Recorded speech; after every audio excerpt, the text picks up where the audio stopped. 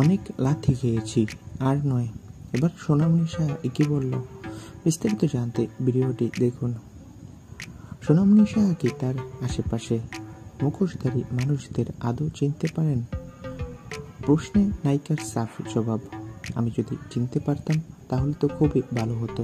আমি অনেকবার ধাক্কা খেয়েছি, অনেক লাথি খেয়েছি, কিন্তু তাতেও আমি পুরোটা শিখে উঠতে পারিনি। এখন এই মুখোশধারীদের চেনার প্রসেসে আছি। আসলে আমি খুব তাড়াতাড়ি বিপরীতের মানুষটাকে নিজের মতো ভেবে ফেলি, এটাই আমার বড় সমস্যা। তবে এমন একজনকে কাছে পেয়েছি যাকে কোনোদিনও আমি খারাপ ভাবতেও পারবো না। যদি ও খারাপ কোনো কাজও করে সেটা আমার বিশ্বাস হবে না। তিনি প্রতীক দা। হ্যাঁ, প্রতীক সেনেরকে এমনই অন্ধবিশ্বাস সোনামণি সাহা করে। খুব তাড়াতাড়ি নাকি তারা বিয়ে করবে।